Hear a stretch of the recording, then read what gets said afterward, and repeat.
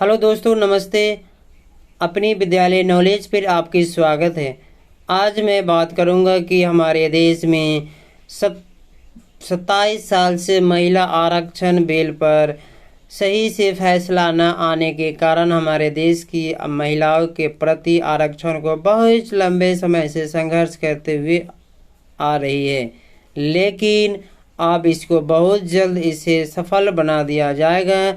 नई संसद भवन में ये पहली बैठक में ही महिला आरक्षण बिल पेश कर दिया गया है। इसमें यह देखा गया है कि दोनों तरफ से, सत्ता पक्ष विपक्ष को तरफ से, इसके क्रेडिट के लिए दोनों तरफ से बहस चल रही है।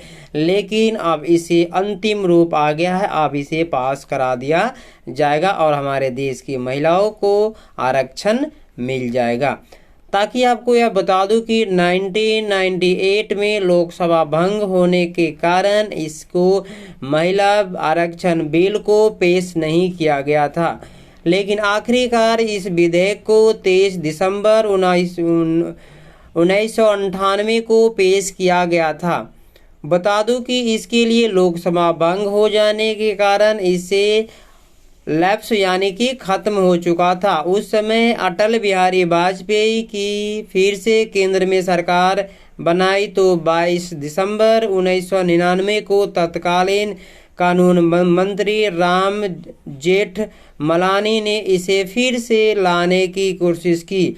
कहने का मतलब है कि 1998 से ही इस कानून को, महिला आरक्षण बिल को लाने की तैयारी चल रही थी। लेकिन 23 दिसंबर 1998 को लोकसभा को भंग कर दिया गया था। लेकिन उस समय भी इस बिल फिर लैप्स हो गया, यानी कि खत्म हो चुका था। फिर से जब 22 दिसंबर 1999 को तत्कालीन कानून मंत्री और फिर से केंद्र सरकार में अटल बिहारी वाजपेयी की जब सरकार आई तो इसने फिर इस बिल को लाने का प्रस्ताव किया और साथ में ही इस पहल को सपा बसपा राजग ने पुरजोर से विरोध किया।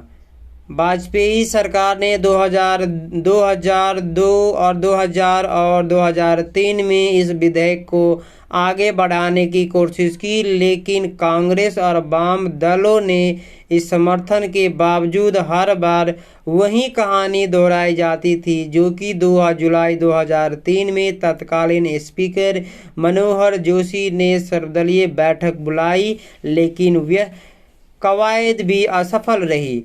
यानी कि 2003 में भी एक बैठक बुलाई गई थी, जो कि तत्कालीन उस समय का स्पीकर था मनोहर जोशी।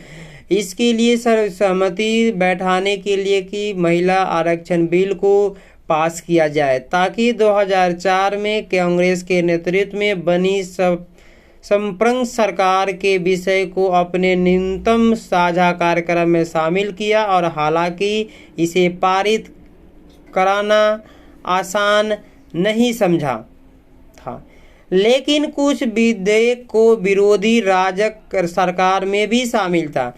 लेकिन बता दूं कि 2008 में सरकार महिला आरक्षण विधेयक को लेकर के इसके लिए सदन में जो हुआ उसको काले अध्याय के रूप में भी दर्ज हो चुका है, ताकि कानून मंत्री हंसराज भारद्वाज विधेयक पेश भी नहीं कर पाए थे कि सपा सांसद अब्बू आजमी ने इसे उनकी ओर लपके और तमाम कांग्रेसी सांसदों को भारद्वाज की रक्षा के लिए सुरक्षा घेरा बनाना पड़ा। इस तरह का मूवमेंट उस समय हुआ था। लेकिन इस विधेयक को संसद की स्थायी समिति को भेज दिया गया था कि उस पर इसकी सहमति हो, ताकि समिति ने दिसंबर 2009 में अपनी रिपोर्ट दी थी। इस बाद मार्च 2010 में इसकी राज्यसभा में लाया गया। अब सोचिए कि कितने समय से महिला आरक्षण बिल को पास कराने के लिए मुकद्दर किया जा रहा है। लेकिन 2 दिन में बहस के बाद 9 मार्च 2010 को उच्च सदन से इसे 2/3 बहुमत से पारित कर दिया। बताया जा रहा है कि भारत सरकार भाजपा वाम दलों ने विपक्ष के रूप विधेयक का साथ दिया, ताकि हालांकि प्रसंग सरकार को लोकसभा में लाने का इच्छा नहीं दिखाई, ताकि 2011 में स्पीकर मीरा कुमार ने सर्वदलीय बैठक तो बुलाई पर गतिरोध नहीं टूटा। कहने का मतलब यह है कि 2002, 2003 और 2009, 2010 इस सभी चीज़ में आपको महिला विधेयक को पारित कराने के लिए बहुत मशक्क़त किया गया, लेकिन अभी भी तक के इस बिल को पास नहीं कराया गया है।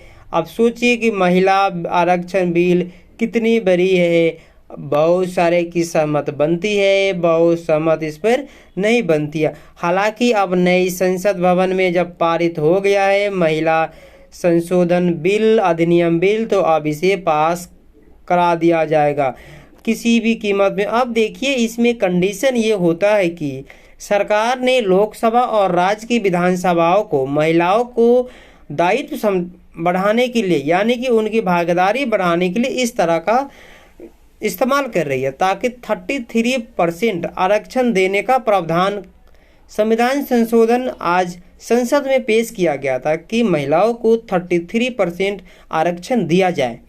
इस विधेयक के पास कानून बन जाने के बाद महिला आरक्षण को प्रभावी बनाने की वास्तविक रूप से धरा